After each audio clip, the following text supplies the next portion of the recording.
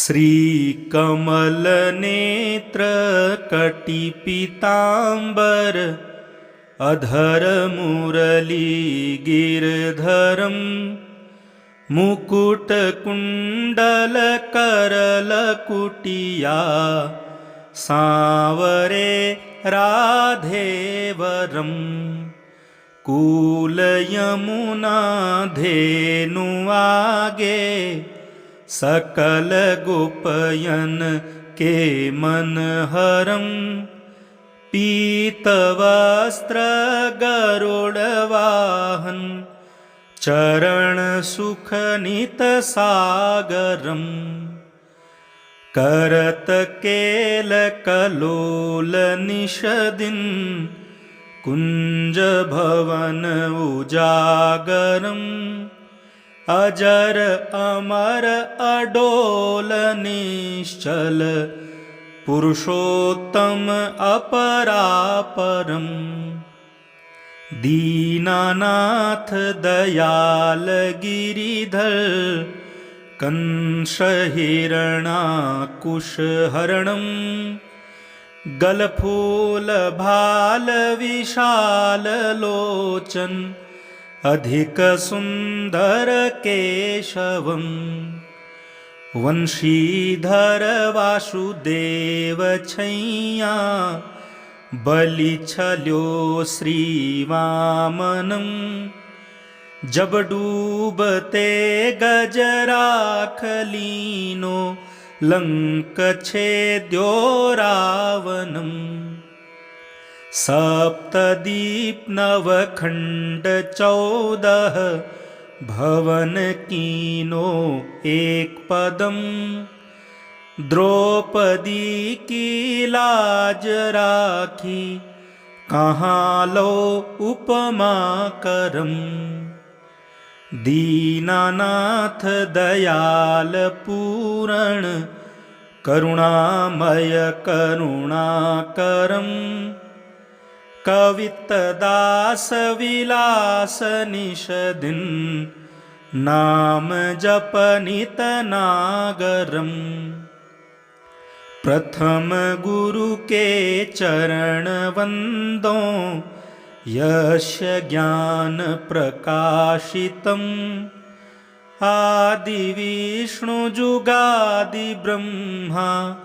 सेविते शिव शंकरम् श्री कृष्ण केशव कृष्ण केशव कृष्ण यदुपति केशवम् श्री राम रघुवर राम रघुवर राम रघुवर राघवम् श्री राम कृष्ण गोविंद माधव वासुदेव श्रीवामनम् मच्छ कच्छ वाराह नरसिंह पाहि रघुपति पावनम् मथुरा में केशव राय विराजे गोकुल बाल मुकुंद जी श्री वृंदावन में मदन मोहन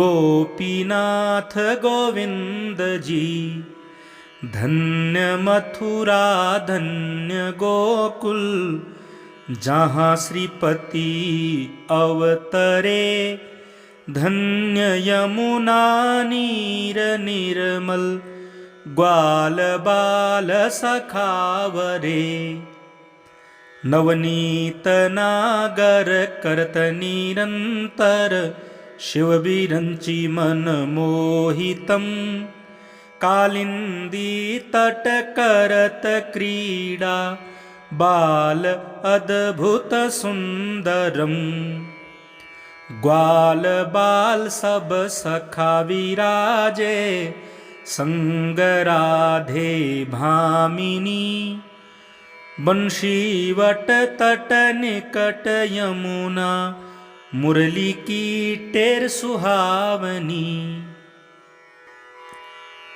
भज राघवेश रघुवंश उत्तम परम राजकुमार जी सीता के पति भक्तन के गति, जगत प्राण आधार जी। जनक राजा पनक राखी, धनुष बाण चढ़ावही। सती सीता नाम जाके, श्री रामचंद्र प्रणामहि। जन्म मथुरा खेल गोकुल, नंद के हृदय नंदनम। बाल लीला पतित पावन, देवकी वसुदेवकम्। श्री कृष्ण कलिमल हरण जाके, जो भजे हरि चरण को। भक्ति अपनी देव माधव, भव सागर के तरण को। जगन्नाथ जगदीश स्वामी, श्री बद्रीनाथ विश्वम्भरम। द्वारिका के नाथ श्रीपति, केशवं प्रणमाम्यहम्।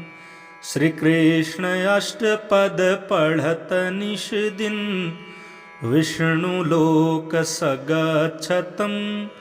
श्री गुरु रामानंद अवतार स्वामी, कविदत्त दास समाप्तमम्। श्री कमल नेत्र कटि पीतांबर, अधर मुरली गिरधरम।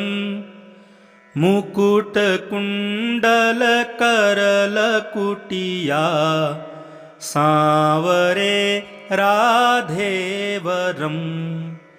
कूल यमुना धेनु आगे, सकल गोपयन के मन हरम। पीत वस्त्र गरुड़ वाहन, चरण सुख नित सागरम। करत केल कलोल निषदिन, कुंज भवन उजागरम। अजर अमर अडोल निश्चल, पुरुषोत्तम अपरापरम। दीनानाथ दयाल गिरिधर, कंस हिरणाकुश हरणम। गलफूल भाल विशाल लोचन, अधिक सुंदर केशवम।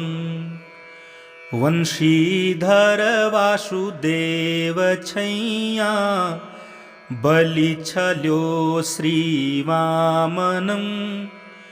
जब डूबते गजराख लीनो, लंक छेद्यो रावणम। सप्तदीप नवखंड 14, भवन कीनो एक पदम। द्रौपदी की लाज राखी, कहाँ लो उपमा करम। दीनानाथ दयाल पूरण, करुणामय करुणाकरम। कवित दास विलास निषदिन, नाम जपनित नागरम। प्रथम गुरु के चरण वंदो, यस्य ज्ञान प्रकाशितम। आदि विष्णु जुगादि ब्रह्मा, सेविते शिव शंकरम। श्री कृष्ण केशव कृष्ण केशव, कृष्ण यदुपति केशवम। श्री राम रघुवर राम रघुवर, राम रघुवर राघवम। श्रीराम कृष्ण गोविन्द माधव वासुदेव श्रीवामनं मच्छकच्छ वाराह नरसिंह पाहि रघुपति पावनम्। मथुरा में केशव राय विराजे गोकुल बाल मुकुंद जी। श्री वृंदावन में मदन मोहन गोपीनाथ गोविंद जी। धन्य मथुरा धन्य गोकुल जहाँ श्रीपति अवतरे। धन्य यमुना नीर निर्मल ग्वाल बाल सखावरे। नवनीत नागर करत निरंतर शिव बिरंची मन मोहितम्। कालिंदी तट करत क्रीडा बाल अद्भुत सुंदरम्। ग्वाल बाल सब सखा विराजे संग राधे भामिनी। बंशीवट तट निकट यमुना मुरली की टेर सुहावनी। भज राघवेश रघुवंश उत्तम परम राजकुमार जी। सीता के पति भक्तन के गति जगत प्राण आधार जी।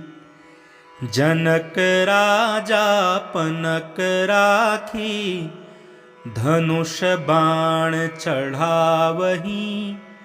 सती सीता नाम जाके श्री रामचंद्र प्रणामहि। जन्म मथुरा खेल गोकुल नंद के हृदय नंदनम। बाल लीला पतित पावन देवकी वसुदेवकम्। श्री कृष्ण कलिमल हरण जाके जो भजे हरि चरण को। भक्ति अपनी देव माधव भव सागर के तरण को। जगन्नाथ जगदीश स्वामी श्री बद्रीनाथ विश्वम्भरम्। द्वारिका के नाथ श्रीपति केशवं प्रणमाम्यहम्। श्री कृष्ण अष्टपद पढ़त निश दिन विष्णु लोक सगच्छतम्। श्री गुरु रामानंद अवतार स्वामी कविदत्त दास समाप्तमम्। श्री कमल नेत्र कटि पीतांबर अधर मुरली गिरधरम्। मुकुट कुंडल करल कुटिया सांवरे राधेवरम्। कूल यमुना धेनु आगे सकल गोपयन के मन हरम्। पीत वस्त्र गरुड़ वाहन चरण सुख नित सागरम्। करत केल कलोल निषदिन कुंज भवन उजागरम्। अजर अमर अडोल निश्चल पुरुषोत्तम अपरापरम्।